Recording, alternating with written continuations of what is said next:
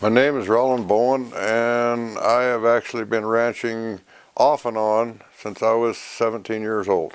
And that has been just about since 1960. I just wanted to do it from the time I was a small kid, and I got the opportunity to come to Wyoming and went to work for a gentleman haying and kind of stuck around ever since. I've always really liked horses, and I think that's where it come from, my interest. And when I met my father-in-law at that point in time, why, he really influenced me along the way, and I really enjoyed everything he did, so I tried to do as much of it the same way as I could. Cheryl's my wife. We've got the ranch here now. We've had it since 1988. We bought it, and we've been here since then. Most days are a little different than the day before, and that's, to me, is better than sitting in an office doing that kind of work day in and day out. This is a cow-calf operation. We have mother cows, and then we calve them in the spring and ship the calves in the fall. Everything was done with horses. We put up all the hay with horses. We fed all the hay with horses. We had one little tiny tractor, and that's all the tractors there was. All horse mowers, rakes, everything to do with the hay was all horse-drawn equipment. This day and age, it's all mechanical equipment. Back then there were, probably 8 or 10 people sitting around the dinner table 3 meals a day because you had to have that many people to drive the different pieces of equipment. And now Cheryl, my wife, and I usually pretty much do the haying. She mows and I bale it, and then we stack it.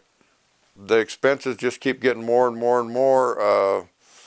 The cattle prices, they fluctuate. Of course, anything with agriculture has been that way from my grandparents till I don't know where it'll stop, but some years the calves will bring better money than other years, and some years we have drought, and of course when it's dry, why, the cattle aren't as good.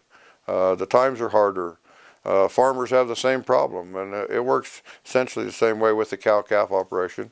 Well, they're just good beefy kind of cattle. They're not a slim kind of a cattle. They produce good meat. Of course, we grain our own meat a little bit and eat all our own meat, and we've got other people in the family that like some of it, that we get some of it too. And I had one sister that kind of quit eating meat because she was buying it at the grocery stores, and she just didn't like it anymore, and now she's back to eating it because we feed it ourselves and take care of it before we have it slaughtered.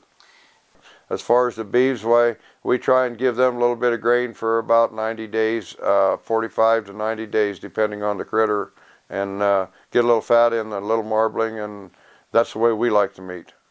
Hay that we've got here is a lot of timothy, a lot of clover, red top.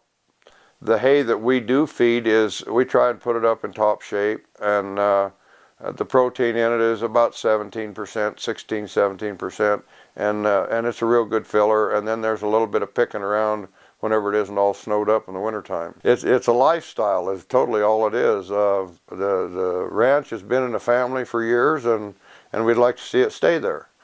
But the way the economy is, I don't know if the kids are going to be able to keep going with it or not. It's a pretty tough way of life. Seeing what we end up with the cattle, and seeing what you can do with the horses to make the cattle work the way you want them to work, and it's a very physical time sometimes, but it's a lot of fun, the brandings and stuff like that. As you go, you learn different techniques, different things, different ways to ride a horse to get stuff out of them, and some people can make horses travel real well, some people can't, and I was fortunate enough a lot of times to be able to get them to travel well, and but I love to work cattle on a horse. I really like that. And what